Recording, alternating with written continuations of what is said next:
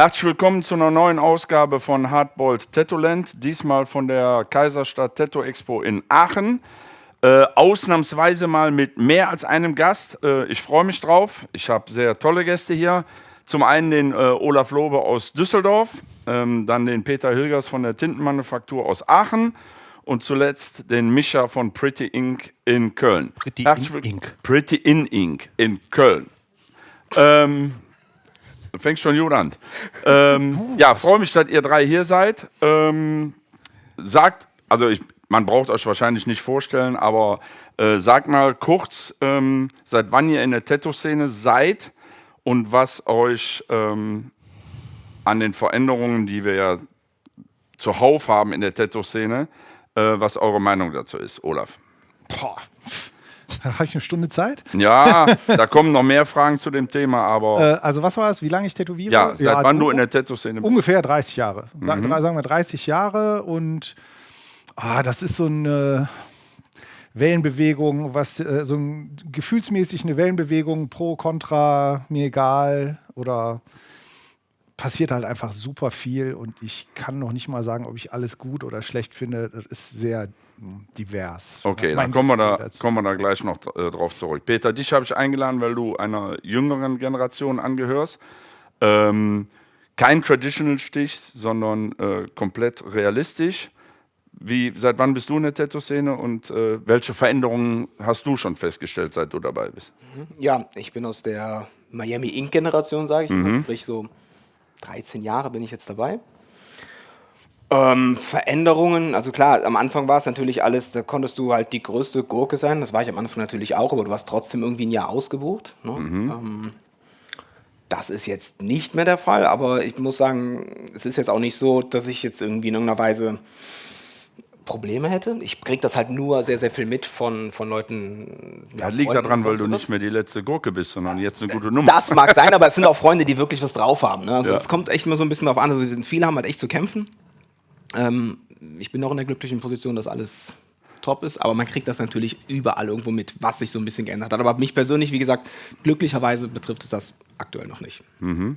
Micha, du bist ähnlich lang dabei wie ich.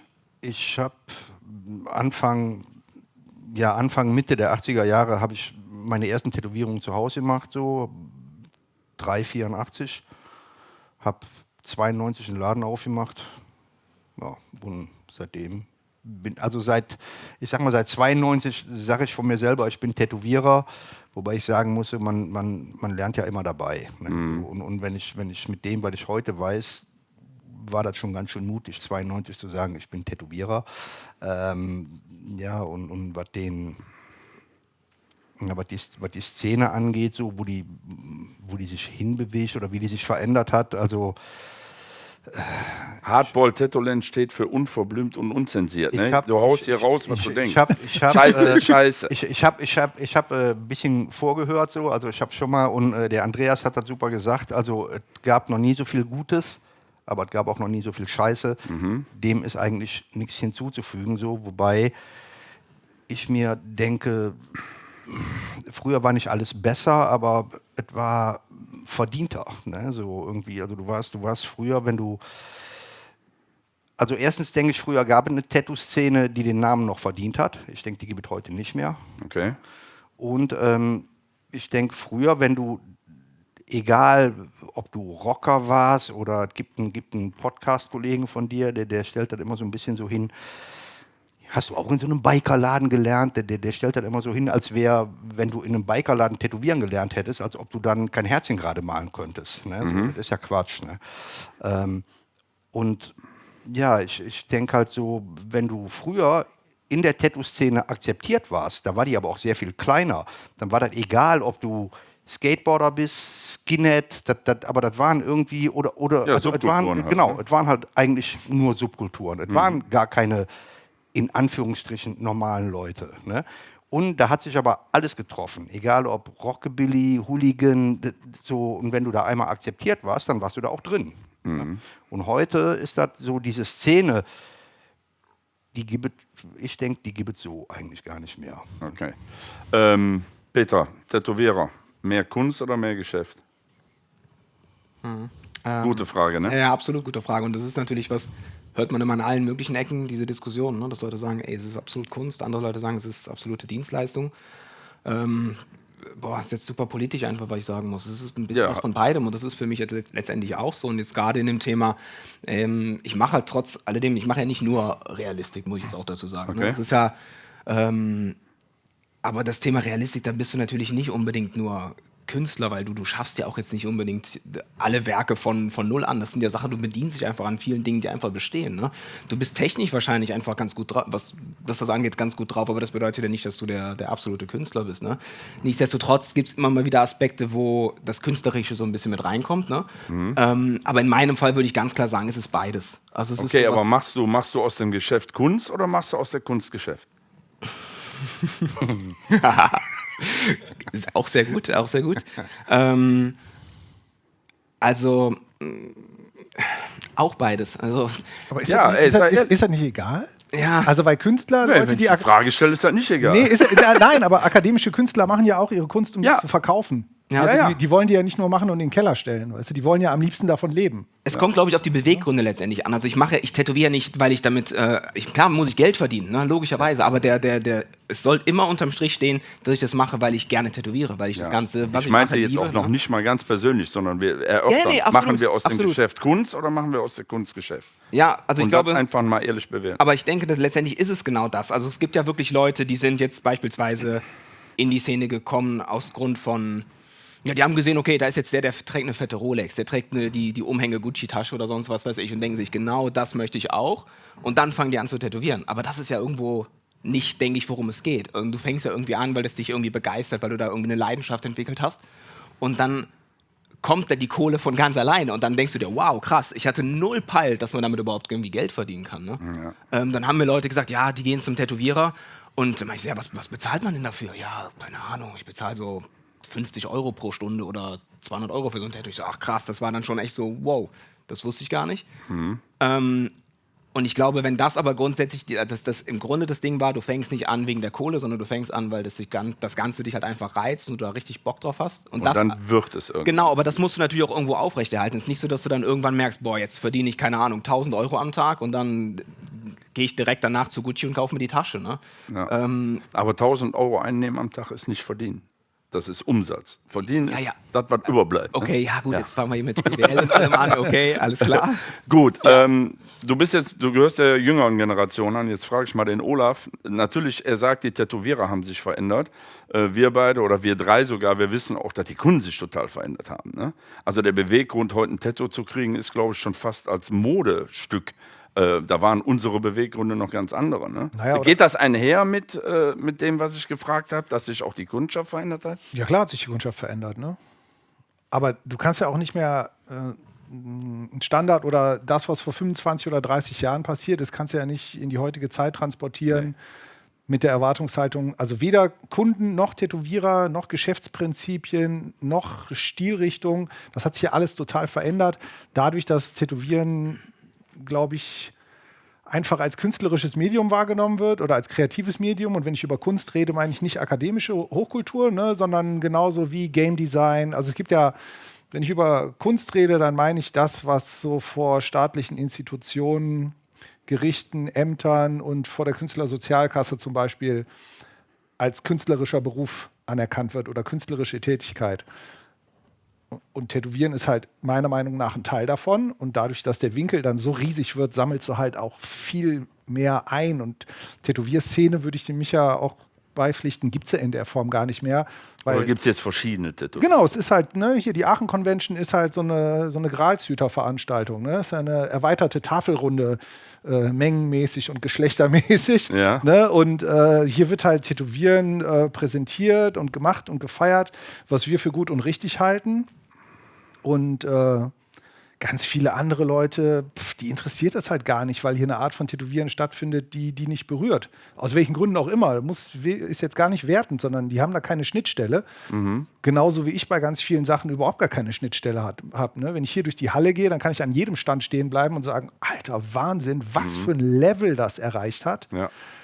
Und wenn ich in Düsseldorf durch die Innenstadt gehe, dann sehe ich nicht einen schönen Arm oder eine schöne Tätowierung, obwohl ich richtig viele sehe. Ne? Die, aber aus meiner Perspektive empfinde ich die als belanglos halt, ne? Und langweilig. Aber das ist halt dann wieder auch nur eine Geschmackssache. Ne? Okay, wo zieht ihr denn die Grenze zwischen kreativer Freiheit und dem kommerziellen Druck, dem Geschäft? Olaf, Peter, Micha, egal. Naja, ich meine, Macht ihr auch Sachen, die ihr, um Geld zu verdienen, normalerweise nicht machen würdet? Nee. Auch nicht. Gar nicht, Auch ne? nicht, ne? Du? nee. Also das Ding, ja, ich sag mal so, ne, vor 10 Jahren konntest du sagen, so hier eine umgekippte 8, ne, das ist mir zu profan, da habe ich keinen Bock drauf. Hab ich tatsächlich vor 10 Jahren auch nicht gesagt, weil ich halt denke so, ey, wenn da so eine Frau, Oma, also meistens sind das Frauen, ne, so, wenn die dann haben will, dann hat die auch ihre Berechtigung. Nur dann guckst du ja, dass du halt nicht ein Pinterest-Bild nimmst, das auf den Kopierer legst und sagst so, dann versuchst du ja, das irgendwie aufzupeppen. Nur, ich sage ja, bei einer umgekippten 8, also so einer Endlosschleife mit einem Datum drin, was willst du da aufpeppen? Da geht nicht viel. So, Ne? Nee, genau. Ne, so, und das sind halt Sachen so, da habe ich immer gesagt, so, ey, das ist mein Job, das mache ich und das Geld nehme ich mir mit. Ich habe aber auch oft gesagt, so, ne, zu viel zu tun, geht nicht. Keine Zeit. Also ich verbringe eine halbe Stunde mit den Leuten und versuche die davon wegzukriegen und zeige denen, was es sonst noch geht. Aber wenn die nach einer halben Stunde immer noch davon überzeugt ist, dann hat sie es auch verdient. Ne? Das ist jetzt doppeldeutig. Ich denke mir manchmal, würden heute die noch mal kommen, die ich damals weggeschickt habe. Ja. Ne, so irgendwie, weil das Geschäft ist halt einfach viel härter geworden. Ne, so, und ich sehe heute, Das meine ich mit kommerziellem Druck. ne, das ist halt, wir müssen alle Miete bezahlen, wir müssen Steuern bezahlen. Ne, und es ist, also ich glaube, es gibt in Köln bestimmt 150 Tätowierläden. Ja, was der Olaf sagt so, ne? Irgendwie, du siehst total, du hast noch nie mehr Tätowierungen gesehen wie heutzutage, aber auch nie mehr so langweiligen Scheiß oder halt Sachen, wo du 3 Meter von entfernt stehst und das ist dann, hör mal, was ist das? Michi, Ja, was? Feinlein. Nee, das ist kein Feinlein, das ist doch kein Feinlein, das ist Scheiß. Ne? So, also, ja, und das mache ich halt nicht. Ne? Also, Ja. was nicht geht, geht nicht. Ne? So irgendwie, und Leute, es kommen ja Leute an mit der Überzeugung, mit einem Pinterest-Bild, da haben die eine Feder. Also, und ich bin ein sehr großer Jack Rudy-Fan, immer schon gewesen. Ne? So, und ich glaube, wenn einer Feinlein kann, dann der. Ne? Und wenn du die Jack Rudy zeigst. Kennst du dann, Jack Rudy? Vom Namen ja, aber ne, wenn du die Jack Rudy zeigst, dann sagt er, ja, nee, das geht ja nicht, das ist ja keine Tätowierung. Ne? So, und die sagen dann, doch. Ne? Und da habe ich dann, ja, hör mal, dann geh da hin, wo der das her hat. Ja. Ne? So. In dem Podcast mit Andreas Köhn hat er ja gesagt, nichts war so gut wie heute, aber auch alles war scheiße wie heute. Was kann man dem Überfluss, gibt es Positives, die mit dem Überfluss einhergehen? Was sind die negativen Sachen?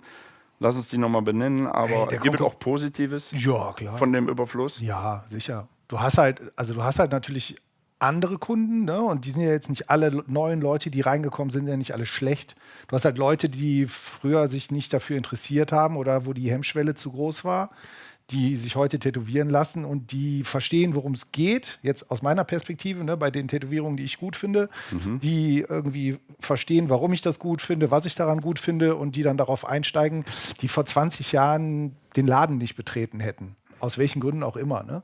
Okay. Die hast du. Und auf der anderen Seite, ich würde sagen, diese letzten 30 Jahre waren so ein bisschen Goldrausch, ne, im Tätowieren und das ist jetzt vorbei. Ne? Jetzt ist der Markt gesättigt und jetzt fängt halt so ein Konkurrenzkampf, Verdrängungswettbewerb, würde ich sagen, das fängt jetzt an und ich glaube, dass Ich glaube, der Markt ist übersättigt. ja, übersättigt. Also, ne? Aber das ist halt das Also Unangenehme. amerikanische Kollegen haben in einem Podcast gesagt, die glauben nicht, dass der Markt jetzt übersättigt ist, sondern dass der vorher unterbesetzt war. Was hältst du denn von der These? Unterbesetzt womit? Mit Mit Kunden? Tätowierern. Mit Kunden? Oder? Die Leute, mit Tätowierern. Ne? Wenn man heute sieht, wie viel Tätowierungen die Kunden haben wollen, dann wären wir 20 Jahre unterbesetzt gewesen und nicht überbesetzt heute. Ey, ich habe nicht den Eindruck. Also ich höre von viel zu vielen Leuten. Ich glaube, du kannst es auch nicht mehr so. Es gibt nicht mehr diese Nummer so, wir haben einen Streetshop, in dem wir eine große Bandbreite anbieten von, weiß ich nicht, Black and Grey, Japanisch und ein bisschen Traditional oder so, ne? Alles. Das gibt es ja heute in der Form, glaube ich, gar nicht mehr. Ne? Und wenn du heute jemanden fragst, der vielleicht in einem breit gefächerten Streetshop sitzt und halt auch mal die umgefallene 8 tätowiert hat und dazwischen drin alle möglichen anderen Sachen, ich glaube, dass das viel schwerer ist, als wenn du einen Laden hast, wo 5 Leute sitzen, die nur schwarz-grau Realismus machen. Ich glaube, die haben alle zu tun. Aber es ist halt auch, ne, du hast ja immer diese Wellenbewegungen im Tätowieren, was populär ist, was nicht populär ist. Und dann sind die Leute halt gebucht oder nicht. Und du musst natürlich in dem, was du machst heutzutage, auch echt gut sein. Ja. Ne? Ich denke halt, guck mal, ich kann jetzt nicht auf 20, 30 Jahre zurückschauen, aber bei mir war es so, als ich halt angefangen habe, war es eine riesengroße Masse an Leute, die tätowiert werden wollten. Ne? David Beckham hat da viel zu beigetragen und wie alle möglichen Fernsehsendungen und Fußball im Allgemeinen. Jeder Depp hat sich ja tätowieren lassen. Ne? Und es waren auch häufiger dann, klar, immer mal wieder die gleichen Motive und so weiter und so weiter. Es war irgendwo was für jeden, habe ich das Gefühl. Und mittlerweile ist es so, unabhängig von, dass die Leute weniger Geld haben, ist es aber auch eine Sache, dass es sich vielleicht trotzdem wieder so ein bisschen mehr, wie es davor war, dass es halt irgendwie Leute gibt, die ja mehr zumindest in meinem Fall, ich kann jetzt nicht für alle anderen sprechen, in meinem Fall habe ich eher so das Gefühl, dass es dann wirklich Leute sind, die dafür was über haben, die dafür viel Geld ausgeben möchten, die irgendwo auch richtige Liebhaber sind und dann irgendwo auch Bock haben, sich dann auf lange Sicht gesehen den ganzen Körper zuzuhacken. Ne? Aber nicht, weil sie denken, das ist jetzt gerade was super modern ist, ne? Sondern weil die da einfach Bock drauf haben. Ne? Ja, also die anderen haben da auch Bock drauf, aber die haben ja nur Bock drauf, weil die das halt im Fernsehen sich mal gesehen haben. Ja. Jetzt mal, ne?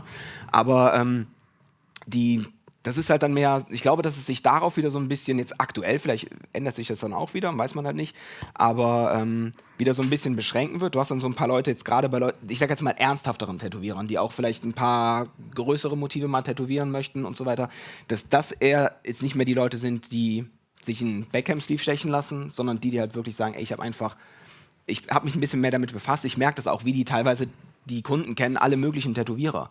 Die gucken auch irgendwelche Sendungen und hören irgendwelche Podcasts. Ne? Das zeigt ja irgendwo, dass sie sich ein bisschen mehr auch mit der Thematik auseinandersetzen. Und auch wenn du dann viel weniger wie früher, wenn du dann über einen Preis gesprochen hast, ist es so, unabhängig davon, dass die Leute weniger Geld haben, habe ich das Gefühl, dass mehr Akzeptanz da ist aktuell, als das noch 10 Jahre zurück war. Ne? Wie viele deiner Kunden, grobe Prozentzahl, kommen rein und sagen, das möchte ich auf dem Handy? Also zum Glück kommt keiner rein, weil die Tür zu ist. Ja, okay. Aber die nehmen ja mit dir Kontakt auf und dann erklären sie. Wie viele sagen, das möchte ich? Also es ist eher so, es ist wenig, dass die Leute sagen, das möchte ich, sondern es ist vielmehr, die beschreiben das grob oder schicken mir Beispiele von mir selber, von Tattoos, die ich gemacht habe und sagen, guck mal, ich hätte gerne das und das Motiv. So in der Art, wie du das da so tätowiert hast. Also das ist ja schon mal ganz gut für mich, weil dann weiß ich, okay, sie möchten definitiv was haben, so wie ich das umsetzen würde. Ne? Und dann geht es halt einfach nur darum, wie du das auch gesagt hast, dann versuchst du so ein bisschen erstmal zu quatschen und vielleicht mal das ein oder andere, was sie dann bei dem Bild geschickt haben, wo du denkst, das ist vielleicht ein bisschen zu viel oder das würde nicht passen, denen das irgendwie auszureden. Aber ich muss dazu sagen, ich habe nie groß Diskussionen zum Glück und dann glaube ich auch wieder, das ist dann wieder das, was ich meinte mit den Leuten, die wirklich da wirklich offener sind und nicht so einfach nur ihren Scheiß durchdrücken wollen, sondern sagen, ich möchte das, was du machst und du kannst da auch gerne deinen Senf zu geben und ich höre mir das an und nehme das auch im besten Fall dann auch an. Also ich bin da. Die kommen halt nicht zu dir, weil die dich als Dienstleister wahrnehmen, sondern das Tätowieren ist so groß, dass es innerhalb des Tätowierens schon wieder nischig wird. Und dann kommen die zu dir, weil die genau das wollen. Ja, den Status hat er sich ja auch erarbeitet. Ne? Oder wir alle. Aber auch natürlich der Druck von außen. Das ist ja auch das, was du so ein bisschen eben mal gesagt hast. Wenn du natürlich viel mehr Tätowierer hast und es wird ja immer härter, letztendlich auch was jetzt auch die Qualität und alles Mögliche angeht, was man mittlerweile sieht. Wenn man jetzt die einzelnen Stile sich rausnimmt und so, guckt da, ich sage jetzt mal die Top 10, wenn man das so sagen kann man wahrscheinlich auch nicht, aber das ist ja alles viel, viel enger so beieinander. Jetzt nicht, dass es alles gleich aussieht, aber dass da so viel Qualität ist, dass du denkst, ey, wo bleibe ich denn da, wenn ich nicht mehr komplett den Arsch aufreiße und irgendwie mal mein Bestes gebe? Das heißt, aber so denken ja noch nicht alle. Ne? Ich meine, die Tattoo-Ketten, da ist nur, hier, mach mal. Auf den Kopierer gezogen. Das ist halt dann vielleicht auch eine Art von Kundschaft, die sich genauso ihre Klamotten kaufen gehen. Und also das ist einfach irgendein Konsumartikel. Also es ist inhaltslos. Vielleicht noch nicht mal, muss noch nicht mal für diese einzelne Person, es kann ja trotzdem für die was bedeuten. Ne? Aber da ist halt einfach nur, ich will das haben, weil das brauche ich jetzt bei meiner Identitätsbildung Ne? Ich möchte die und die Person sein oder der Person nacheifern oder ich habe eine Vorstellung von mir selber, wie ich aussehen möchte, in was auch immer Stil ich reinpassen will.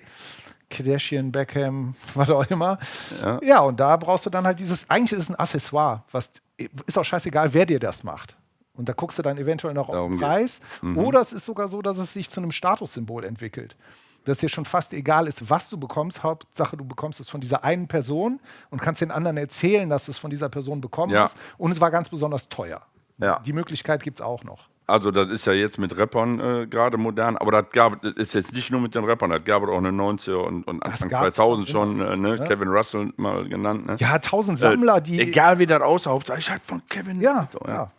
Aber es ist halt viel größer. Ne? Früher gab es einen Kevin Russell und heute gibt es halt einen Arsch voll. Heute ist ja auch viel wichtiger, aus dir selber eine Marke zu machen. Also wenn du diese Art von Tätowieren für dich selber bedienen möchtest, du musst dich heutzutage dann musst verkaufen. du aus dir selber eine Marke machen, musst dich verkaufen, musst dich selbst branden. Also du hast eigentlich alle unangenehmen Sachen aus unserem Wirtschaftssystem, von denen wir vorher verschont geblieben wurden, weil wir so eine kleine Nische waren. Ja. Das hatten wir halt alles nicht. Und jetzt ist Tätowieren so groß, dass dir die ganze Scheiße um die Ohren fliegt, mit der sich andere Leute auch schon seit 1000 Jahren auseinandersetzen müssen und sich gefragt haben, fuck, wie mache ich denn das mit meiner Pizzeria oder was auch immer. Scheiße. Ja, ist alles. Ist ja in jedem Industriezweig so.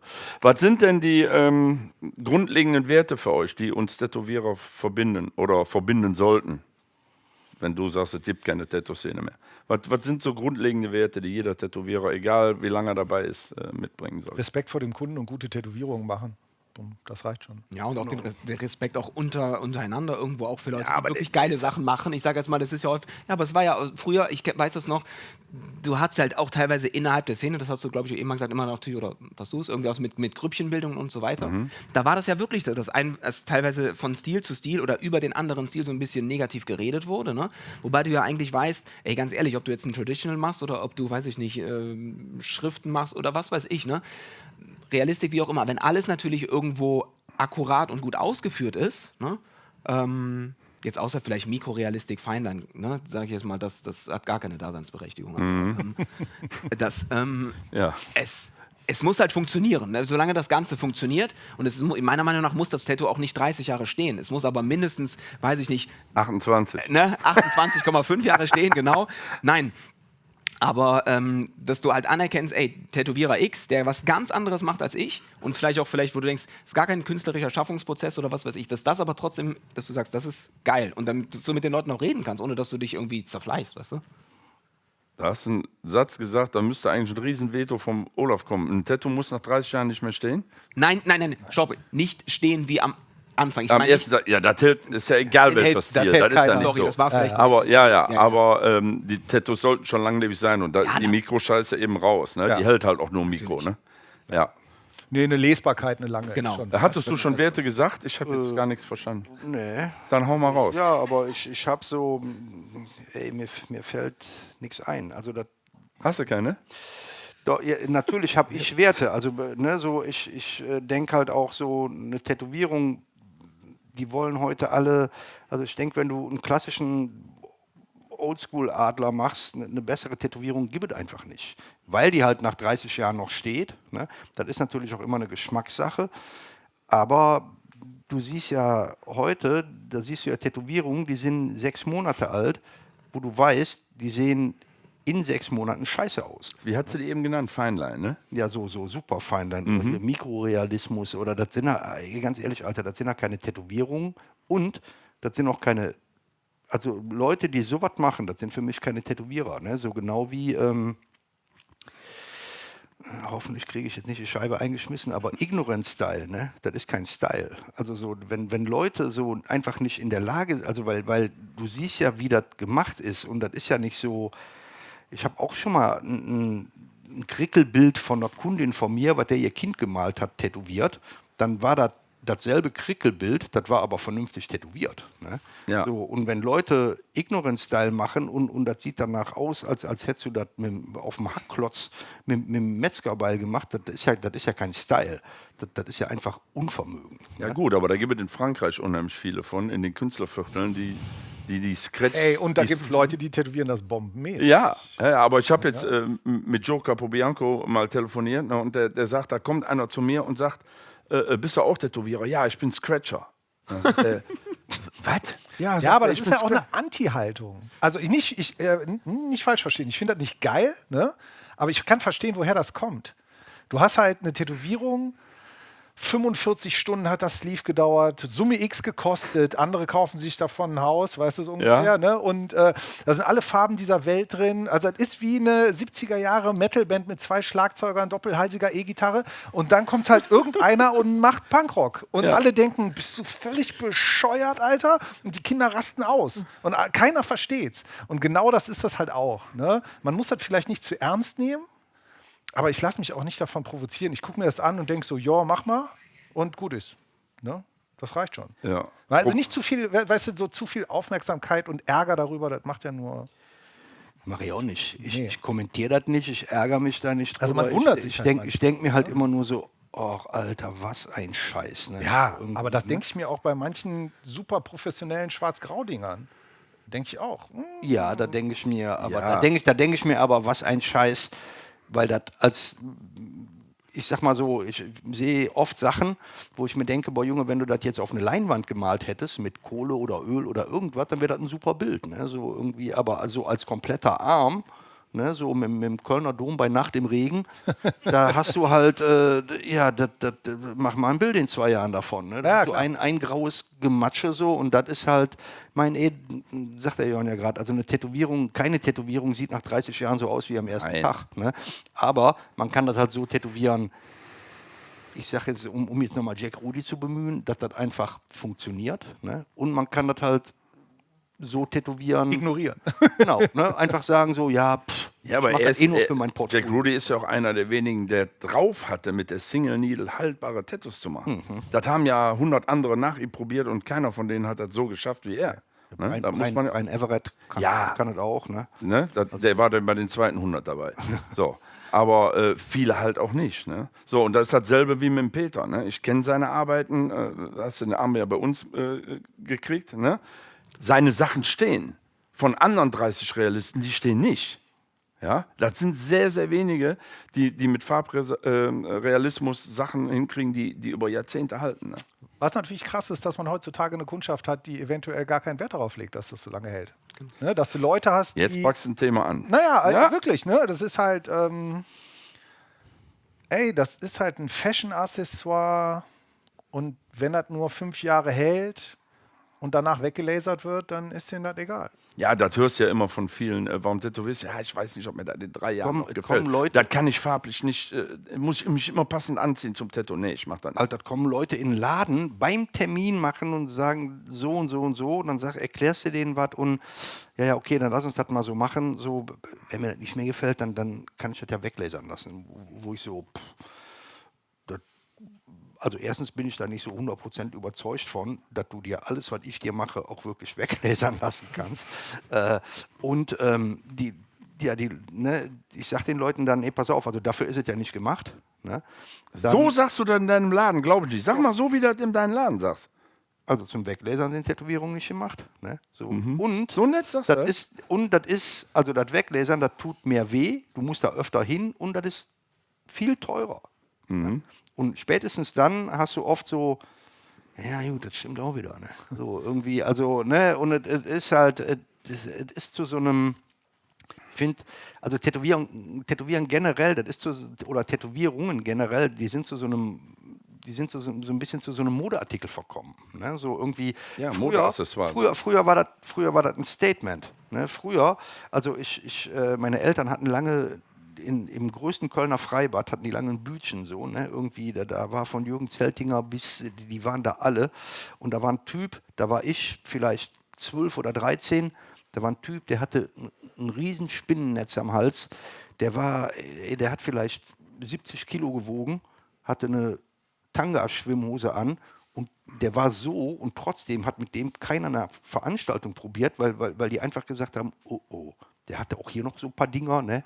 Der Zeltinger hat übrigens mal bei mir gespielt, dann habe ich ihm gesagt, ich weiß nicht, ob du den legendären Hai auf dem Unterarm noch von dem kennst, 1,20 Meter Linie und ein Punkt, das war der Hai. Ne? Und dann habe ich gesagt, lass uns da mal was Vernünftiges drüber machen. Dann sagt er zu mir, Junge, ich kann doch nicht Assi mit Niveau singen und dann mit dem Mutant Tattoo ankommen. So, das war gut. Ja, und das sind halt so, früher hast du dich ja tätowieren lassen, so, weil du gegen was bist und zu einer bestimmten Gruppierung gehören willst. Heute bist du gegen gar nichts. Also heute fällst du fällst ja eigentlich mehr auf, wenn du nicht tätowiert bist, wie wenn du tätowiert bist. Ja, das ist das. Ne? Da wollte ich eben nochmal einhaken. Sorry.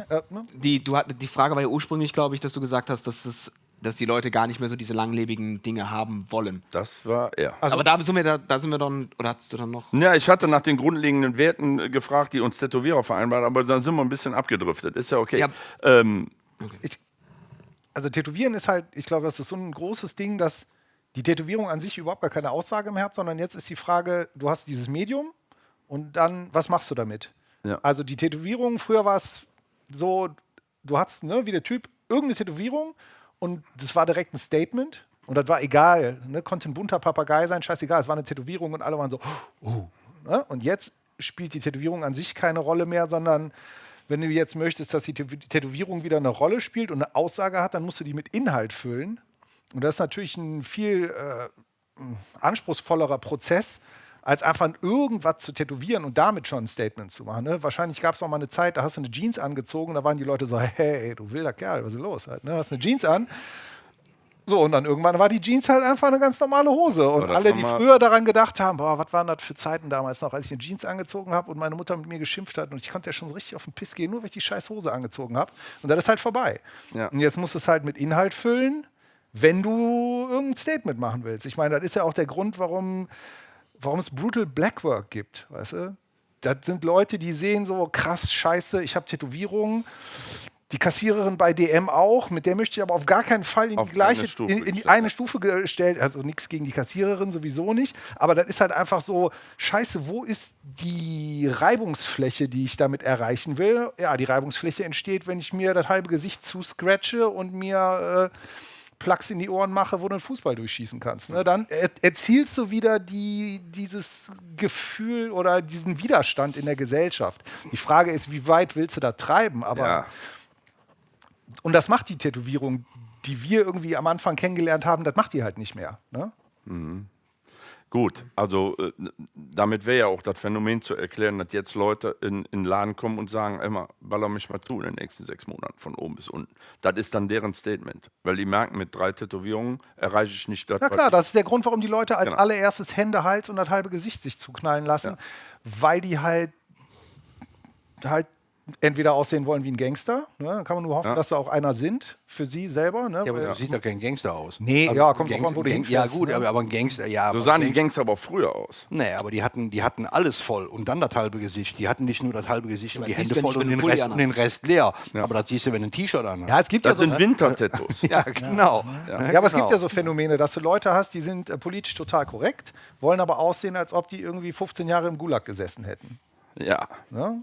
Und dann ist dann immer der dumme Augenblick, wenn die dann jemanden treffen, der tatsächlich 15 Jahre gesessen hat. Der nicht die Fresse zutätowiert hat. Genau. Und du kriegst oder der einfach prüft, ob auch das drin ist, was draufsteht. Halt. Ja. Ja, dann haben die dann verloren. Glaubt ihr, das ist schön, wenn wir auch einen Jüngeren in der Runde haben, glaubt ihr, dass der jüngere Tätowierer weniger Respekt vor den Traditionen haben als erfahrene Tätowierer? Und was macht das mit unserer Branche, wenn das so nicht so ist? Soll ich das als jüngerer Tätowierer jetzt auch Bitte, gerne, Peter. Ich glaube, das ist dann wieder genau das Gleiche, was ich eben gesagt habe. Es kommt da wiederum darauf an, wie ist der jüngere Tätowierer in die Szene gekommen? Ne? Wie ist er indoktriniert worden? Was ist so seine Motivation bei dem Ganzen? Und wenn es halt was ist, was wirklich, wenn es ums Tätowieren geht und um vielleicht andere künstlerische Medien noch gibt, warum man überhaupt mit dem Tätowieren angefangen hat, dann hast du eine ganz andere Wertschätzung auch gegenüber anderen Stilen und entsprechend noch einen ganz anderen Respekt gegenüber von Dingen, die da irgendwo sind, ne? Und auch schon immer mal waren, weil du dir ja irgendwo auch bewusst bist, weil du bist nur da und du machst nur das, weil es Leute gab vorher, die das Ganze halt irgendwo in die Wege geleitet haben. Ne? Und das Ganze irgendwo auch zu dem gemacht haben, was es halt heute ist. Ja, aber interessiert das, ich hatte ja jetzt gerade in den letzten Folgen, hatte ich ja so eine ganze Ja. Gegend aus Frankfurt, die interessiert das gar nicht. Die denken ja, die wären vom Himmel Ich gefallen. glaube, die meisten jüngeren, also so die meisten jüngeren Tätowierer, die sind gar nicht in der Tattoo-Szene, die kommen da auch nicht hin, weil das die auch nicht interessiert. Die kommen auch nicht hier hin. Ne? Nee, aber die haben ihre eigene Szene. Ja. Ja gut, aber ist das dann eine Szene? Wahrscheinlich. So, also, genau, ne, ohne so, Scheiß, also wahrscheinlich ich mein, genauso groß wie das, was. Also ich arbeite hier fast immer, aber ich wäre auch hier, wenn ich dieses Wochenende jetzt keinen Stand hätte, wäre ich trotzdem hier. Ja, ich auch, Ne? natürlich. So, ja, ach nee. Ja, aber auch. ich glaube, das ist tatsächlich. Ist ein Ding. Ding. Ne, so, da weiß ich gar nicht, ob ich das glauben soll. Aber das ist das halt. Ne? Und deshalb finde ich Aachen, ich war dieses Jahr auch in Frankfurt, ne? Also das ist für mich so eine, ich sag mal, so eine Szeneveranstaltung, wo wirklich Szene ist, egal wie alt und egal was, hier ist von allem was. Ne? So, und Frankfurt ist einfach, oh, Alter, da kriegst du ja, also wenn du da die erste Rolltreppe hochgefahren bist, da habe ich ja schon Kopfschmerzen. Ne? So, Ey, ich war auch nur einmal da und bin also nicht noch mal das war früher immer schon so, das hat so einen Event-Charakter, ne? mit Strip-Show, Feuershow, Suicide Girls und was weiß ich nicht alles so irgendwie. Ich habe das letzte Mal gearbeitet, das ist schon, da hat der Tommy das noch gemacht, das ist bestimmt schon 15 Jahre her. Da hatte ich einen Stand so ziemlich nah an der Bühne, da kommt da eine schottische Dudelsack, Pferdehuf-Klapperband an, Alter. Da denkst du, ey, so, ich scheiß mir in die Schuhe, ne? So, also da kannst du ja nicht normal, da kannst du ja nicht arbeiten. Ne? So, Ja, aber das bedient ja auch ein ganz anderes Publikum als so eine. und da, also ich glaube, hier ist auch viel mehr, ich nenne das jetzt mal so Szene oder fachkundiges Publikum. Ne? Das hast du in Frankfurt nicht. Ja, doch, hast du auch, aber dadurch, dass es so viel mehr ist es wahrscheinlich, also wenn ich mich mit Leuten unterhalte, wenn es nicht meine eigenen Kunden sind es zu 90% andere Tätowierer, die nicht eingeladen wurden auf die Convention, die aber auch einfach nur gucken kommen. Und das ist ja im Grunde das gleiche. Das Problem ist, glaube ich, nur, dass es untergeht in der ganzen Masse an Leuten, die da sind und so ein bisschen auch dieses überdeckt wird von diesem ganzen Showgetue, was du meinst mit jetzt diesen Fuel Girls und was da alles ist. Aber ich glaube, die Masse an Besuchern, die da, also einen großen Teil davon sind selber auch Tätowierer. Und warum sollten die nicht die gehen ja auch dahin, weil sie sich andere gute Leute anschauen möchten. Ne? Aber das ist kein Großteil von dem Publikum. Nee, weil das Publikum, guck mal, das ist ja auch natürlich, guck mal, wie viele Leute das sind. Ein Großteil von dem Publikum, wenn das alles Tätowierer wären, das wäre schon, da könntest du ja aus ganz Europa wahrscheinlich die ganzen Tätowierer. Ja, das meine ich ja. So irgendwie das ist halt einfach so eine Veranstaltung, so wo man, ach komm, da gehen wir jetzt mal hin. Und hier, das ist, glaube ich, eine Veranstaltung, wo viele Leute hinkommen, die Ahnung von Tätowierungen haben und das spreche ich Frankfurt ab. Ja. Die gehen da einfach hin, weil, klar, das ist riesig groß, da kommen auch viel mehr Leute hin, aber ich glaube, hier haben 80% oder 75% von den Leuten, die hier hinkommen, die interessieren sich einfach für Tätowierungen. Und ich glaube, in Frankfurt ist, also, oder in so einer Messe, das ist ja nicht nur Frankfurt, ne? Das ist ja, sind alle großen Conventions so. Irgendwie, ob das London ist, Frankfurt, egal. Aber das ist halt einfach so ein, ja, was machen wir am Wochenende? Tattoo-Convention oder Rheinpark? Das meine ich. Ja, aber das Line-Up in Frankfurt ist ja schon, also ist ich würde sagen, zu 70% nichts, was mich interessiert. Aber ist ja trotzdem auf einem super hohen Niveau. Ne? Also ich habe schon Respekt vor der Arbeit. Ne? Ist halt nicht das, was mich interessiert. Ja gut, aber bei mir hört das auf, als die Zahl über 500 stieg und ich von meinem Stand bis zur Toilette 1,5 Stunden brauchte.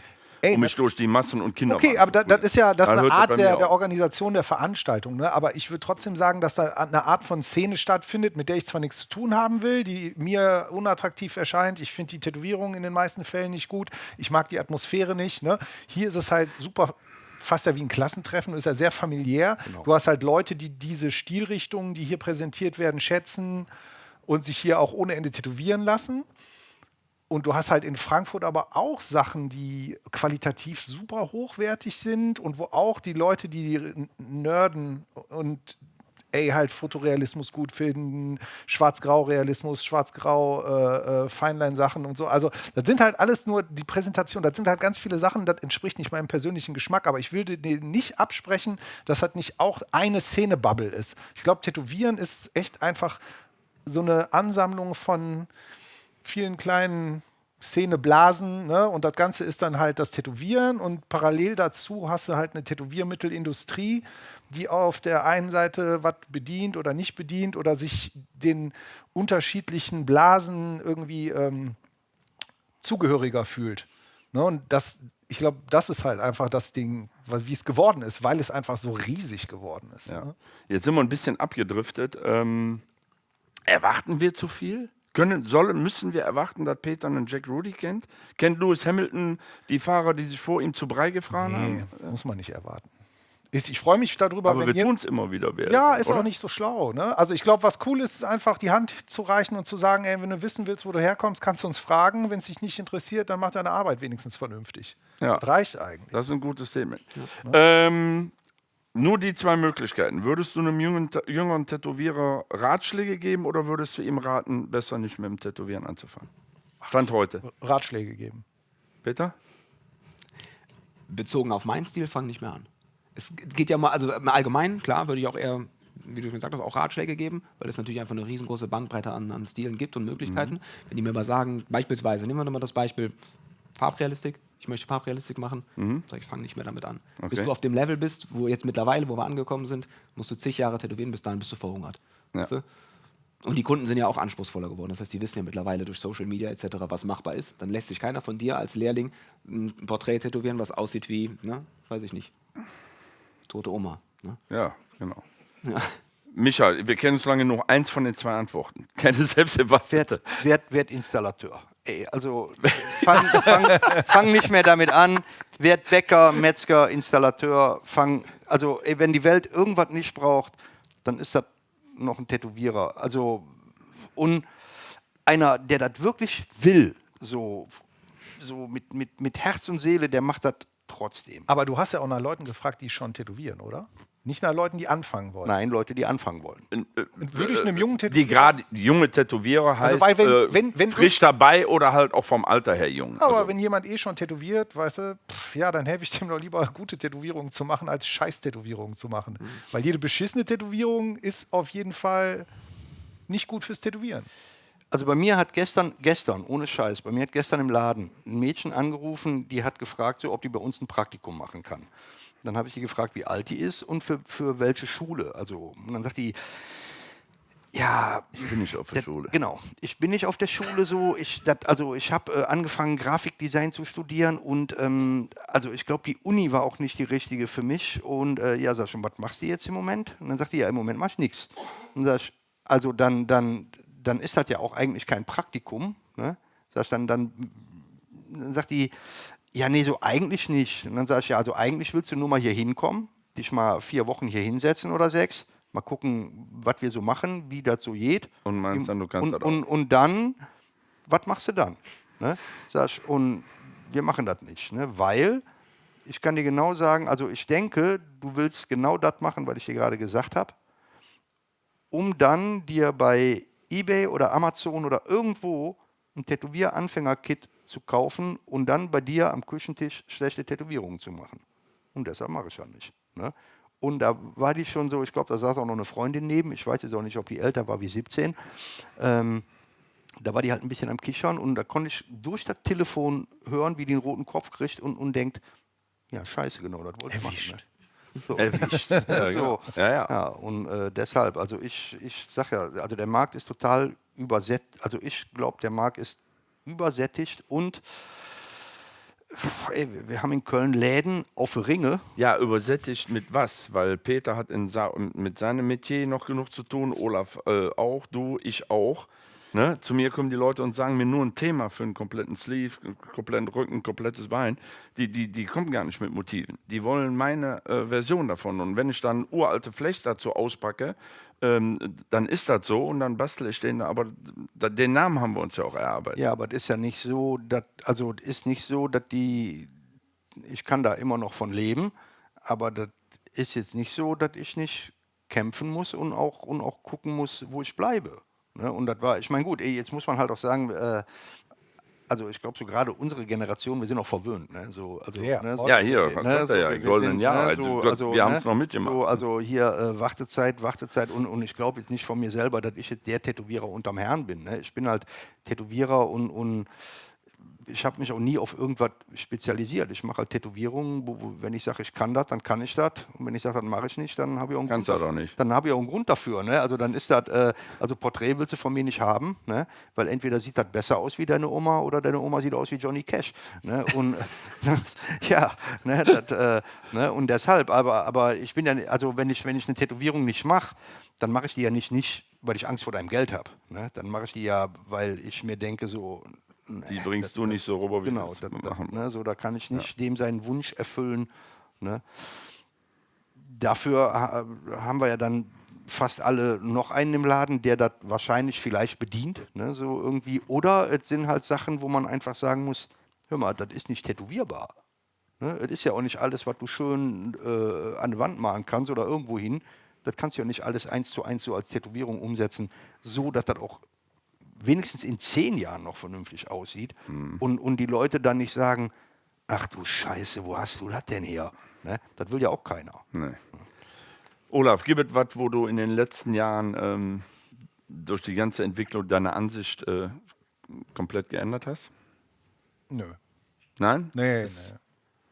Also, was heißt meine Ansicht? Wo, in Bezug auf was? Ja, über Sachen in der Tattoo-Szene. Also, dass Sachen passiert sind, die deine Ansicht umgedreht haben oder die du jetzt. Nö, meine Ansichten nicht umgedreht, nur dass ich halt merke, dass ich mich mit anderen Dingen auseinandersetzen muss, die vorher überhaupt keine Rolle gespielt haben. Ne? Social Media ist jetzt nicht mein Steckenpferd, aber wenn ich das total hängen lasse, dann hat man halt weniger zu tun. Merkst Ne? du auch direkt, ne? Klar, und ich meine, ich sitze jetzt zwar hier auf einer Bühne, aber ich bin auf keinen Fall der geborene Selbstdarsteller. Ne? Ich mache keine Selfies von mir.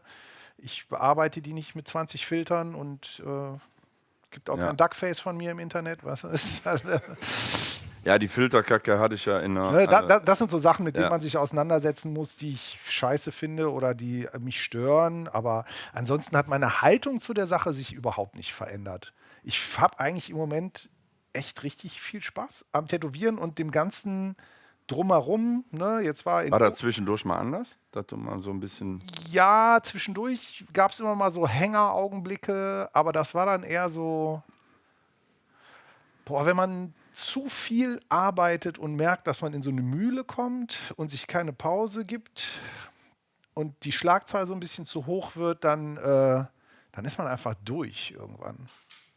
Aber das ist, glaube ich, in jeder Selbstständigkeit, also dass man da mit seiner Energie und seinen Kräften haushalten muss und das irgendwie lernen muss, damit sorgsam umzugehen. Ja. Ne? Ich glaube, da können alle, die selbstständig sind oder auch selbst Angestellte, ne? Die irgendwie jetzt besonders gut sein wollen oder müssen. Ne? Manchmal hast du ja auch gar nicht die Wahl. Die würden das genauso unterschreiben. Ja. Nö, und ich mag die Bandbreite im Moment. Ne? Ich mal super viel.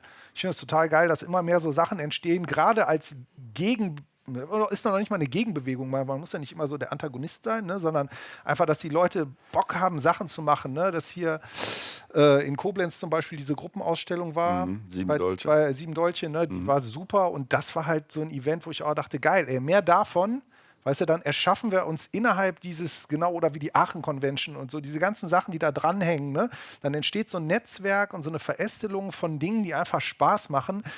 Und dann können die anderen auch machen, was sie wollen. Weißt du, ich sehe Tätowieren immer öfter so wie Musik. Ne? Nur weil es Musik gibt, die ich scheiße finde, die riesengroß ist, wo Leute tierisch viel Geld mit verdienen, die dich aus jeder Ecke anplärrt, komme ich ja nicht auf einmal auf die Idee zu sagen, nee, Musik ist total kacke, möchte ich nichts mehr mit zu tun haben. Ja. Sondern es gibt halt immer irgendwas, wo ich denke, so, das ist geil und da findet das statt.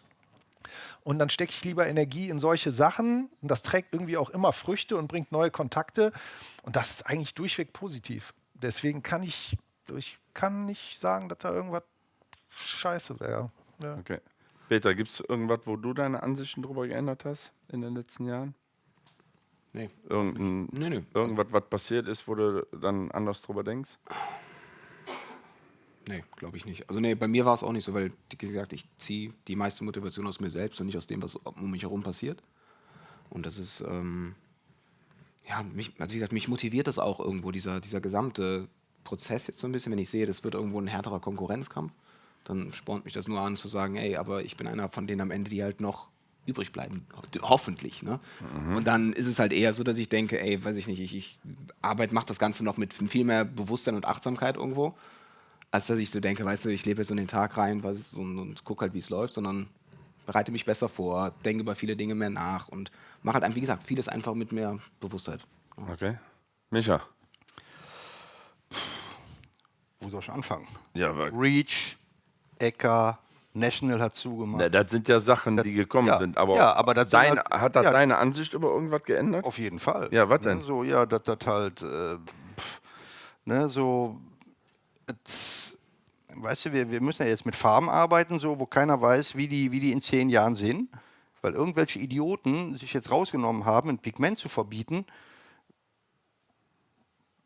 was in der Tätowierfarbe jetzt verboten ist, was jeglicher Grundlage entbehrt. Ja? Und das ist so, also vor 10, 20 Jahren hat das keine Sau interessiert. Ne? Nee. So, und das sind Sachen, die vögeln mich extremst an. Weil ich jetzt kein Golden Lovett mehr habe, kein Kelly Green, ne? Kein Red Velvet. Ne? Ja. So, das ist weg und das fuckt mich Ja, aber das total- ärgert dich ja. das fuckt Aber mich total ab. Ja, und das ist aber, das ist, glaube ich, der Tatsache geschuldet, dass mittlerweile Hinz und Kunst sich tätowieren lassen, so irgendwie und halt aufgrund dessen halt auch viel Scheiße passiert. Ne? Und dann deswegen auch viele Leute mal zum Anwalt laufen oder. Ne? Und ich sag mal so, also das weißt du besser wie ich, wärst du als Hooligan, wenn dein Tätowierer die Scheiße tätowiert hat, wärst du dann zum Anwalt gegangen? nee, der Anwalt hätte mich angeschrieben. Ne? So, und das meine ich. Ne? So, und das sind halt so Sachen, also das sind halt so Veränderungen, die fucken mich schon ab. So irgendwie. Das ist halt so, ja. Aber darüber habe ich zum Beispiel meine Ansicht geändert. Ne? Ja. Also das, ja. Und das stört mich schon. Also, also ich muss, hier ist das echtes Holz oder ist das Plastik? Also ich muss mal auf Holz klopfen. So. Ich habe seit über 30, fast 40 Jahren einen Tätowierladen. So. Ich bin noch nie angezeigt worden oder irgendwas. Ne? So, da kannst du ja heute froh sein. Ne? Ja. So, also ja. Ne? Also wenn Leute kommen, ne, wenn sich Leute tätowieren lassen, so, die nach 5 Jahren wieder kommen, so den Arm dann so auseinanderreißen und sagen, ja, also hier, aber guck mal, das dunkelgrün, ne? So, also das sah ja vor 5 Jahren, sah ja anders aus. Ne? Wo ich so, ja, hör mal, ey, weißt du, also wenn du 2-mal im Jahr 3 Wochen auf die Bahamas fährst, ne, und dich da nackig am Strand legst, so, was hast du denn erwartet? Ne? Ja, das hat mir aber vorher keiner gesagt. Ich meine, das ist mir jetzt nicht passiert, aber so ticken die Leute Ja, heute. Ne? Und das ist halt so eine Sache, die vögelt mich schon an, so, ne? Also, weil ich mir halt, das ist natürlich nicht zu ändern und das sind ja auch nicht, das ist ja nur ein kleiner Prozentsatz, das gibt es aber. Ne? Und es gibt mittlerweile Leute, die sagen, die behaupten von sich, sie kommen aus der Tätowierszene oder fühlen sich der zugehörig und bieten Beratungen für Leute an, für so Leute. Ja. So, und das Ja, kann das aber habe ich nicht- ja in den und das- Sendungen, und das kann auch schon gesagt. Und das kann Also, aber nicht wahr sein, Alter. Die muss ja mit einem nassen Lappen Für dumme erschlagen, Kunden, die ey. kein Tattoo-Studio finden und für dumme Tätowierer, die keine Kunden finden, gibt es ja jetzt Leute, dass die im Endeffekt nur Geld verdienen wollen. Dann ist für die Leute schon zu viel. Also hier, Filter, da mache ich noch eine eigene Sendung drüber. Ich verstehe nicht, ich habe mit Andreas ja auch schon drüber gesprochen, selbst Leute, die das überhaupt nicht nötig haben, ziehen 8 Filter drüber und er sagt, die müssen es, weil sie sonst mit den anderen nicht mehr mitkommen. Da machen wir eine Sendung drüber. Ich möchte mit euch nochmal über Numbing-Cremes sprechen. Ja? Wie viel Schmerz ist eurer Meinung nach gerechtfertigt für ein Tattoo? Peter, du machst ellenlange Sitzungen, das weiß ich, Riesendinger. Das haben wir schon lange hinter uns, so lange arbeiten wir nicht mehr an einem Tattoo, weil ist nicht negativ gemeint. Nein. Aber ist der Schmerz von einem Tattoo ein notwendiges Übel oder wie steht ihr zu Numbing-Cremes? Also ich denke, der Schmerz muss nicht zwingend sein. Ich bin jetzt keiner von diesen Metzgern, die sagen, weißt du, du musst es dir richtig verdienen und das muss jetzt, du musst durch die Hölle gehen und danach das Ganze so wertschätzen, wie du es vorher siehst nicht. du das Tattoo Genau, völlig anders, richtig. Ne? Du musst ja nicht nur mit deinem Geld verdienen, sondern auch mit deinem Blut. Ne? Ja. Also das ist ja irgendwo, so sehe ich das letztendlich nicht. Letztendlich, wenn man das Ganze sanfter gestalten kann, ist schön, aber Numbing Creams, da mache ich gar nichts mit. Also ich besitze keine Numbing Creams, benutze auch keine Numbing Creams. Die 2, 3 Erfahrungen, die ich mit Numbing Creams gemacht habe, waren derart schlecht, dass ich das irgendwie nicht mehr gemacht habe. Aber ich glaube, das ist natürlich auch so ein bisschen wiederum stilabhängig. Ich glaube, je mehr Hautbeschädigung du hast, desto beschissener wird die Abheilung mit Numbing Cream sowieso sein. Das heißt, wenn du was hast, was vielleicht auch so ein bisschen sanfter für die Haut ist und du musst eine Numbing Cream benutzen, dann mag das vielleicht besser funktionieren. Aber in meinem Fall habe ich die Erfahrung gemacht, dass das Ganze eher kontraproduktiv ist nachher fürs Endresultat. Dann lieber sagen, ey, nach ein paar Stunden, wir hören auf und wie auch immer, ne? und machen dann beim nächsten Mal weiter, als wenn man das jetzt dann mit Numbing Cream irgendwie durchprügelt und dann nachher sowieso die Stelle nochmal nacharbeiten muss. Ne? Also das ist zumindest, ja. Olaf. Ey, wenn die Leute das mit mir absprechen und das, also ich finde es ein bisschen komisch, wenn es vielleicht so der Oberarm ist, ne? Weil das ist jetzt Die harmloseste Stelle. die harmloseste Stelle, so. Weil die Erfahrung kann man schon machen. Ne? Ich kann das verstehen, dass wenn jemand irgendwie beide Beine, beide Arme irgendwie tätowiert hat, dann die erste Sitzung Grippe kriegt und denkt, ach du Scheiße. Die zweite Sitzung Grippe kriegt, nochmal denkt, ach du Scheiße. Und bei der dritten Sitzung fragt, ey, kann ich mich da eincremen? Dann denke ich, ja, mach doch, ist doch okay. Weißt du? Aber wir reden ja hier sowieso von einer Sache, die ja so ein bisschen Grauzone ist. Ne? Numbing Cream ist ja auch. Und jetzt ist es, warum ist es, also meiner Meinung nach ist es doch besser, die Leute von innen zu dopen, als von der Haut. Sag denen doch lieber, schmeiß das und das ein. Aber ne? Morphium ist auch verboten. Wir reden jetzt auch nicht, ne? Wir reden jetzt, Ja, das stimmt. wir reden jetzt auch nicht von Morphium oder Das was. ist nicht verboten, das ist nur schwerer zu besorgen. Das ist schwer zu besorgen. Genau. Kann ich Ja, aber wir reden von allen schmerzlindernden Mitteln, innen wie außen. Gehören Ja, aber die dann zu- lieber innen. Dann lieber innen, das bin Ja. das sag ich auch. Ja, ja, klar. Aus Tätowierersicht Ja, ja. natürlich. Ja, allein schon für die Haut. Ne? Ja, ja, genau. Ja, das kann man ruhig machen. Also ich finde, Wolltest du noch mehr Senf dazu geben? ja, Oder ich läuft ja finde, nicht? ja, ich finde so, also ne, wenn jetzt einer, was der Olaf sagt, ne, also wenn jetzt einer kommt, kriegt seine erste Tätowierung am Oberarm und fragt dann schon beim Termin machen, mit was er sich denn da einölen oder eincremen soll, so irgendwie, da habe ich so, ne, Alter, ne. Ich sehe das auch so, also ey, wenn du jetzt, ey, wenn du die Arme hast so und kriegst dann was hier, dann ist das schon mal so, oh. Das ist aber jetzt anders, ne? Aber so, wenn du direkt so deine erste Tätowierung betäubt am Oberarm kriegst, dann weißt du ja überhaupt nicht, wie das gewesen wäre im Vergleich zu dem. Ja, ne? eben. Und ich finde so, also so Pille-Palle-Tätowierungen, die so handgroß sind, am Oberarm oder hier oder auf der Wade, ne?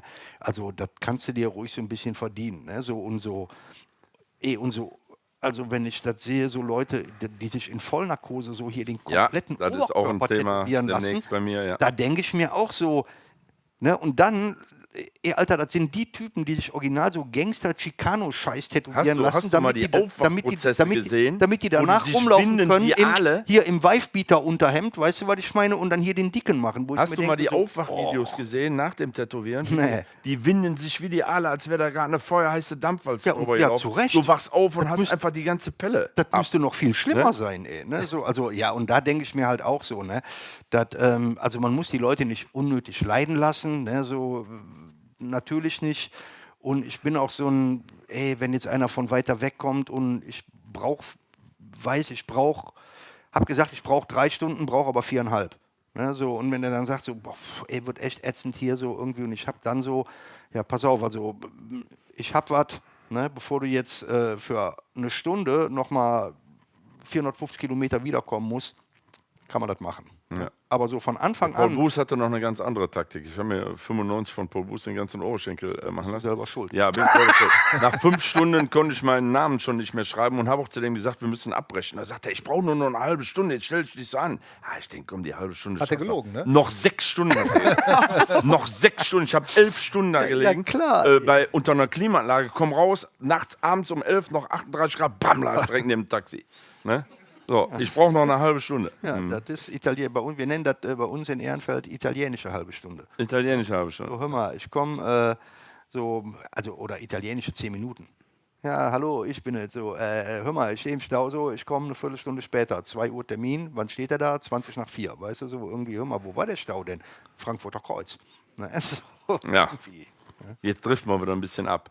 Ich war vor 2 Wochen in Berlin auf der Convention und da war ein Stand mit Sleeves und Klebetattoos. Da gibt es mittlerweile komplette Rückenmotive und 1A-Dinger und auch komplette Sleeves. Die kannst du dir drauf packen. Die halten tatsächlich 10 Tage, 2 Wochen. Entwertet das unsere Kunstform oder nutzt es ihr sogar? Ja, ist mir egal, ist wie Perücken, ey, sollen die machen. Das ist Ja. wie Perücken, ey. Ja, Also, Hast du mich jetzt gerade angesprochen? nein. Okay. Du hast ja keine Perücke. Weißt du das? Ich kann dir Fotos zeigen, da dachte ich hätte eine. Ja. Nee, aber tatsächlich finde ich Ist dir scheißegal? das völlig egal. Ja, letztendlich kann das auch, also ich hatte mal so ein Ding zugeschickt bekommen. Ja. Dann habe ich das meiner Tochter da drauf gepappt auf den Oberarm. Ich habe aber nicht damit gerechnet, dass es so lange hält. Die ist also 2-3 Wochen damit zum Ballett Ja, ja. und alles Mögliche gegangen. Also beim Ballett. Und auch richtig geile Motive. ja, voll, so ein Ja? Artist-Sleeve war das halt, ne? Mit so einem Drachen, also richtig, richtig groß. Und, gut, aber ich habe gedacht, ich mache das drauf wie bei diesen Kaugummi-Dingern und das ist nach 2-3 Tagen wieder weg. Nee, das war so lang. Aber das ist natürlich auch für, guck mal, wenn es bei zum Beispiel im Fall jetzt von so einem Kind, die feiern das natürlich. Ne? Und vielleicht ist das ja auch eine Sache, die die Kinder vielleicht wiederum irgendwann dazu animiert, mal ein richtiges Tattoo zu bekommen. Das ist ja auch Mit okay, 12. Ne? Mit 12 Sleeve. Ignorant, mit 12 dann. Ja, Papa, das weg, mach nochmal neu. Ja, Kann ich nichts so sagen, ich kenne das nicht. Also ich habe das wirklich noch nie gesehen. Köln. Ich kenn da natürlich, kommen in 3 Jahren zu. ich kenn natürlich so Bazooka Joe-Dinger und so. Ne? Irgendwie haben wir Bazooka? Ja, Kennt keine Sau mehr. Bazooka Joe, kennt ihr nicht? Ja, doch. So, und die habe ich noch ganz. Egal, also ich kenne so Sachen nicht. Früher hatten die so Strümpfe. Konnten die so Ja, das ist ja so Strümpfe was alles, Ähnliches. ne? So Na, irgendwie- Klebetattoos gab es immer, aber die haben eine Qualität erreicht, das ist der Wahnsinn. Ne? Also, Ja, ich sag das halt, sind so- ich glaube, das ist so, wer es braucht. Ne? Ja. Wer es braucht, soll er machen. Schaden kann es nicht. Ne? Es kann, also ja, ich habe gedacht, vielleicht wird unsere Arbeit dadurch ein bisschen ins Lächerliche gezogen, aber das seht ihr so nicht. Ne? ich sag ja, ich kenne Das die ist schon- Dinger noch nicht mal. Also ich kann nichts zu sagen. Ja, wundert mich jetzt nicht. So, pass auf, Zukunftsvisionen. Wie wird es? Wie seht ihr, wie es wird? Und wie würdet ihr euch wünschen, dass es wird? Und ich glaube, da ist bei allen 3 sind da 2 Paar Schuhe. Olaf.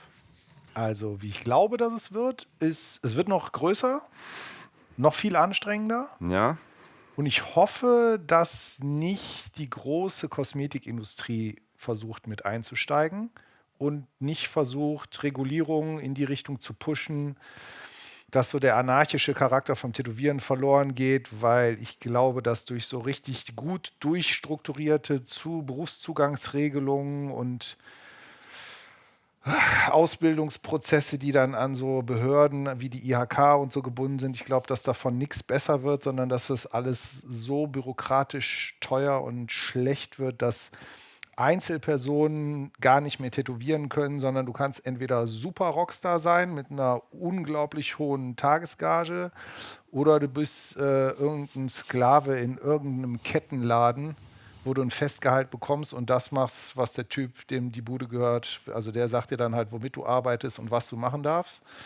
Das hoffe ich, dass das nicht passiert, sondern ich hoffe, dass Tätowieren tatsächlich als künstlerisches Medium anerkannt wird von Institutionen und Behörden und dass sich die Möglichkeit ergibt, dass sich die Dinge so aufteilen, dass jemand, der sagt so, ey, ich habe überhaupt keinen Bock zu zeichnen, ich will eigentlich nur Pinterest-Bilder tätowieren, weil mir der technische Vorgang Spaß macht und ich gerne mit Menschen zusammenarbeite oder was Das ist auch ein immer. Handwerker. Ja, dann ist er einfach, ne, macht er eine Technik und dass er auf der anderen Seite aber die Möglichkeit hast, halt auch individuell so zu arbeiten, ne, und das zu machen, ohne dass dir da so viele Vorschriften gemacht werden, dass das unmöglich ist. Ne. Das würde ich mir wünschen, dass das so passiert. Peter, wie wird es? Und wie würdest du es wünschen, wie es wird? Das ist die einzige Angst, die ich auch ein bisschen habe, dass es halt irgendwie, dass einem Steine in den Weg gelegt werden und dass man halt das, was man halt so gerne macht, nicht mehr so ausführen kann, wie man es jetzt gerade aktuell macht. Ansonsten bin ich da mal eher Typ Optimist, dass ich einfach sage, es läuft aktuell gut und es macht mir immer genauso viel Spaß noch wie vor 10 Jahren. Ne? Deshalb ist es einfach, dass ich denke, ey, ich finde schon Wege und Möglichkeiten. Das war halt irgendwie, ich meine, das Beispiel jetzt zum Beispiel mit Corona war das ja auch so. Und man muss ja mal gucken, wo bleibt man, ne? Was gibt es für Wege und Möglichkeiten. Ne? Und es gab natürlich auch mal die eine oder andere Möglichkeit zu sagen, man geht einfach im Ausland irgendwo tätowieren und sucht sich so seine Schlupfwinkel. Und ich hoffe, dass ich flexibel genug bin, auch in ein paar Jahren noch, um immer, wenn es irgendwie wieder so ein bisschen schwieriger wird mit irgendwas, mir diese Schlupfwinkel irgendwo zu suchen und so ein bisschen da durchzusneaken. Sodass man das irgendwie immer noch hinbekommt. Letztendlich ist es aber gar nicht so, dass ich jetzt die übertriebenen Ansprüche habe. Ich will einfach nur stumpf tätowieren und was machen, wo ich Spaß dran habe. Ne? Ja. Und letztendlich denke ich mir, ja, es läuft noch gut. Das heißt, wenn ich ein paar Abstriche machen müsste, so wie es jetzt ist, dann wäre das immer noch in Ordnung. Das heißt, gewisse Dinge kann ich verkraften. Ich kann jetzt nicht irgendwie, ja, bis zum gewissen Punkt natürlich. Ne? Aber das ist so das, was ich mir einfach erhoffe. Aber das ist natürlich alles sehr verblümt und naiv, so wie ich mir das irgendwie wünsche. Aber ich sehe natürlich auch, dass es überall härter wird und schwieriger wird. Da gibt es eine Adresse, wo du Postkarten hinschicken kannst zu Weihnachten. Ja. Mit so Wünschen. Ne? Das geht ans Christkind. Ja, voll. Ja. Micha, Ich glaube, Wie wird es? der anarchische Charakter, den der Olaf gerade meinte, also ich glaube, der ist schon weg. Also ich glaube, den gibt es so eigentlich nicht mehr. Ne? So, weil ich sage also, du kannst ja, ne, so habe ich eben schon mal gesagt, Reach, Äcker, so du kannst immer weniger Sachen probieren. Ne? So, du wirst halt immer weiter eingeschränkt. so irgendwie und ja, du kannst halt so gucken. Der Heiko hat das mal gut gesagt, so, also Tätowieren hat sich ja eigentlich immer selber reguliert. Ne? So irgendwie, also wenn wir vor 15 Jahren wussten, Ja, das hier, war das und das Blau, das ist super, dann wusste das ein halbes Jahr später jeder, der nicht mal wissen ein halbes sollte. Jahr. Und wenn irgendwas scheiße war, dann ging das noch viel schneller. Dann wusste das 6 Wochen später jeder, der das wissen sollte, aber auch in Dänemark. Weißt du, was ich meine? So irgendwie und das. Also, und dieser anarchische Charakter so irgendwie, der ist für mich eigentlich weg.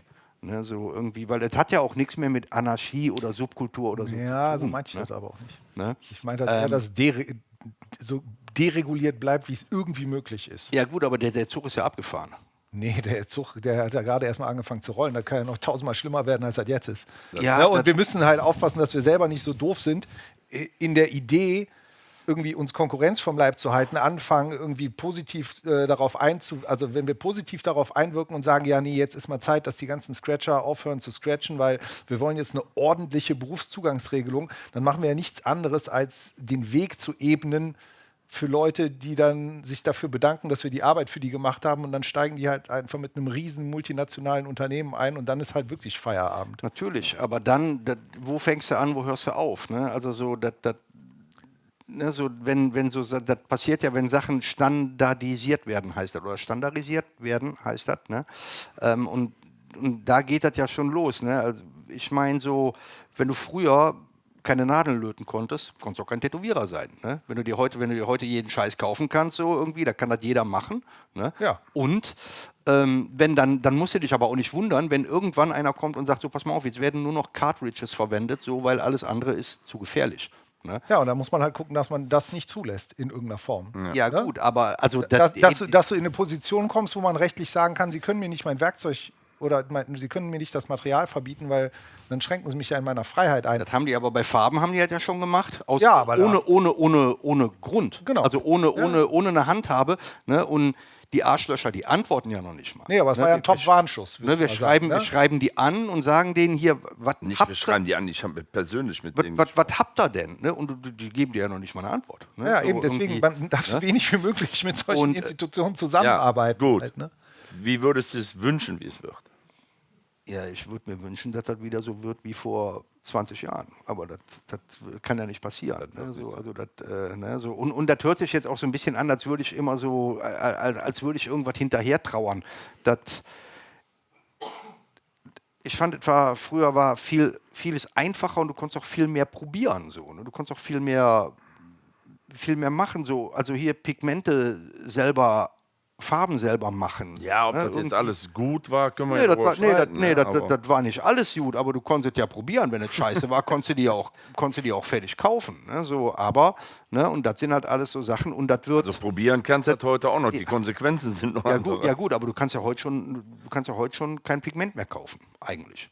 Ach doch. Ja, aber ja gut. Das wird jetzt Aber auch da zu sind weit wir, führen. da sind wir ja wieder bei dem Punkt, dass obwohl das eine Riesenindustrie ist, wenn wir alles zusammennehmen, sind wir trotzdem nur eine Ameise gegen der Rest, die Pigmente brauchen. Und wir kriegen halt keine Pigmente, die so rein sind, dass sie zu Tattoo-Farben Ja, und umso gemacht werden etablierter, ne, umso mehr Leute sich tätowieren lassen, umso etablierter das wird.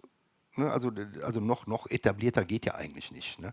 Also Telekom-Werbung, Hände tätowiert, Ja, Persil-Werbung, das ist Hände Kommerzialisierung, tätowiert. die benutzen ne? alle unsere genau, Branche, ne, so irgendwie und Zeitgeist. ne, aber dann musst du dich halt auch nicht wundern, wenn die Leute sagen, ja, aber hör mal, das ist. Irgendwer hat mal gesagt, so, stell dir mal vor, so ein Arzt wird heute noch so eine Spritze nehmen wie im Ersten Weltkrieg und wird die immer wieder sauber machen. Ne? Dann wird auch jeder sagen, um Gottes Willen. So, ne? Aber so, also. Weißt du, was der heute sagt? Früher konnte man viel probieren. Ja. Der hält dann aus oder hält nicht aus. Also, ne, ich sage, also, das ist jetzt auch nicht so, dass ich irgendwelchen Sachen groß hinterher trauere, aber so, ich fand, früher war viel einfacher. So, also es waren viele Sachen einfacher und es haben auch viele Sachen einfach mehr Bock gemacht. So, also mit den Regularien und so, da bin ich ja voll beim Olaf. Nur wie willst du das verhindern, wenn immer mehr 20-jährige Leute sich hinsetzen und einen Tätowierladen aufmachen, die es eigentlich nicht können. Ne? Mir ist Und aber die eigentlich- tätowieren dann auch Leute, die 19 sind, die keine Ahnung haben. Und dadurch passiert halt auch viel Scheiße. Also das Einzige, was ich denke, was geregelt werden muss, ist so der Hygienepart. Ne? Das ist auch die einzige Aber Möglichkeit, wie du den Berufszugang, das ist das Einzige, was du machen kannst. Ne? Das ist ja eigentlich auch in Deutschland schon ziemlich gut geregelt. Ja. Ne? Und, ne? So, jetzt ist die Frage. Aber aus der Szene rausgeregt. Genau, Und dann, die ist halt, Hygienerichtlinien, die. und dann ist halt die Frage, wie gut wird es überhaupt nachgehalten, aber das ist halt wieder eine Aufgabe der staatlichen Institutionen, wie gut die ihre Gesetze durchsetzen, das ist ein anderes Thema. Ich denke aber, wenn mündige Volljährige sich eine scheiß Tätowierung abholen, dann liegt das in deren Eigenverantwortung. Ja. Also ich sehe nicht ein, warum wir dafür verantwortlich sein müssen, dass jeder von denen einen Helm trägt, wenn er aus dem Haus geht. Weißt du, das ist ja auch nicht das Ding. Die müssen selber, also als Konsument musst du mündig sein. Du musst halt selber dir raussuchen, recherchieren, gucken. Ne? Ich meine, die Leute geben sich so viel Mühe dabei, sich Turnschuhe auszusuchen manchmal. Und können die sich auch genauso viel Mühe geben, wenn die sich Tätowierungen ausmachen. Ja, aber Machen da sie aber ist es nicht. doch scheißegal, wenn der Turnschuh 300 € kostet. Genau, Aber und das wenn, die, Tattoo und, darf ey, keine und wenn die das 200 nicht kosten. machen, ne, dann hast du halt Pech gehabt. Das eine ist in 5 Jahren abgelaufen, das andere bleibt ein Leben nicht. Da verstehe ich die Denke noch. Ja, aber das ist Also, halt deren Eigenverantwortung. Ich ne? würde, wenn ich einen Wunsch äußern darf, ich würde mir von der Kundschaft wünschen, dass dieses, hör mal, das will ich, was schon tätowiert ist, aufhört und dass die wirklich Tätowierer und Studios suchen, die über Jahre auf der ganzen Welt Flechs und Bücher und was weiß ich nicht alles gesammelt haben und die Idee einfach in Bilder umsetzen mit dem, was sie haben.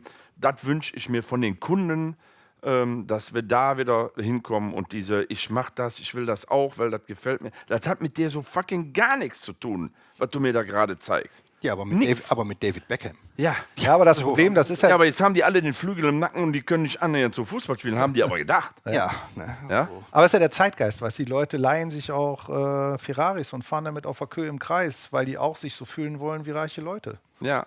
Ne? Die kaufen sich auch Klamotten, die dann parat. Also ich meine, da gibt es eine große Modekette und die haben einen Laden auf der Königsallee, weißt du, und die Leute stehen da in der Schlange, um sich was zu kaufen, was dann nach außen sagen soll, ich bin reich. Ihr steht in der Schlange, ihr versteht das Problem, ne? Weil reiche Leute, wirklich reiche Leute, stellen sich nicht in die Schlange. Die mieten den Weißt ganzen du? Laden. Die machen einen Denen gehört der Laden. Die machen einen Termin, lassen sich ja von Ja, ihrem und dann Chauffeur wird für die hinfahren. die Tür dann wird geöffnet. für die kurz die Tür aufgemacht und danach wieder geschlossen. Die stellen sich nicht in die Schlange. Und das ist halt natürlich ein bisschen das Traurige. Das Tätowieren so ein Spielball von, was ist das, Kulturkapitalismus eigentlich ist. Dass es darum, ja wirklich, ist es ja, weißt du? Es ist ja einfach nur ein scheiß Accessoire. Ich meine, es gibt diese irre Nummer, Scott Campbell hat das gemacht in New York, der hat so ein so ein Glory Hole der Tag gemacht. Da hast du einen Termin gebucht für eine Unsummen, hast deinen Arm da reingesteckt, der hat dir irgendwas tätowiert, die Leute haben den rausgezogen, haben das abgefeiert, ohne zu wissen, was sie bekommen, einfach nur, damit die sagen können, ich habe eine Tätowierung von Scott Campbell. Ja. So. Und das ist genau das Gleiche, wie sich eine Uhr, Handtasche oder sonst irgendwas kaufen von einer Firma, die das am Ende auch irgendwo in Asien produzieren lässt, wo du dich noch in die Schlange für stellen musst, um dann so zu tun, als ob du reich wärst. Das ist ganz traurig, aber das ist halt so ein Zeitgeist-Ding. Ich muss mal ganz kurz dazwischen grätschen. Ich Bei glaube, Reich? ich habe gerade eine tolle neue Geschäftsidee. Kann ich gleich mal mit dir Und da ist halt Tätowieren einfach ein Teil von geworden. Das reicht halt nicht, eine Tätowierung zu haben, genauso wie das nicht mehr reicht, nur einen normalen Kugelschreiber zu haben, sondern das muss halt ein teurer Kugelschreiber sein. Ja. Ne? Damit du den anderen zeigen kannst, dass du was Besseres bist. Ne? Gut, aber das war auch schon vor Genau, Tätowierung so. ja, oder genau. Und jetzt ist es halt nur Ja. in groß. Ne? Scheiße in groß. Ja. Gut, kommen wir auch langsam zum Ende. Ich werde das Publikum, bereitet euch schon mal vor, nachher noch ein bisschen mit einbeziehen, wenn irgendeiner eine Frage an uns hat, könnt ihr die gerne stellen. Angenommen, du dürftest nur noch ein Motiv tätowieren. Was wäre das, Olaf? Ich würde einen Drachen tätowieren die ganze Zeit. In 1 Million verschiedenen Varianten. Drache. Okay, Peter? Ein Tiger. Du bist gerade einen dran, ne? Ja, aber es ist seit ich so ein kleiner Pisser bin, war Tiger. Tiger? Immer. Ja. Kleiner Pisser ist eine gute Brücke zu dir. Was? Pass mal auf, du Wichser, ey. So irgendwie, jetzt hat das die ganze Zeit gut gegangen. Du mieser Drecksack, ey. Ist dir das Motiv entfallen jetzt? Können wir mal kurz die Kamera ausmachen? Also, das geht so nicht hier. Ne? Wenn er ein Motiv noch. Ich glaube, ich würde eine Rose nehmen, weil ich da alles irgendwie in die Mitte malen kann. Okay, hätte ich jetzt auch gedacht, dass du Rose sagst, weil Rose ist so zeitlos wie fast keine Ja, andere. und jetzt, ne? Ich sag ja, Jungs, ich bedanke mich für die Runde. Ja, wir haben Gäste hier. Wenn ihr Fragen habt, hat einer eine Frage an irgendeinen von uns? Einer nach dem anderen, bitte. Nicht. Dann hoffe ich, dass es euch gefallen hat. Ich hatte mega Spaß. Ich hoffe, es hat euch auch gefallen. Super geile Runde, hatte ich mir so gewünscht. Deswegen hatte ich euch auch gefragt. Danke, dass ihr meiner Einladung gefolgt seid. Seid gespannt. Die nächsten Videos sind schon in Arbeit und es wird auch nochmal qualmen, versprochen. Vielen Dank. Und ich möchte noch was sagen. Ja.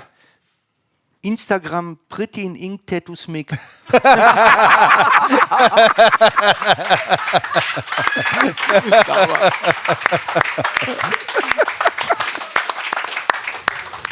Ja, super. Dankeschön. Danke für die Einladung. Raus hier, wer geht Bier holen? Ich muss erst mal eins wegbringen. Ja, nicht alle auf einmal, dann Ja. danke. Ja, danke, dass ihr dabei wart.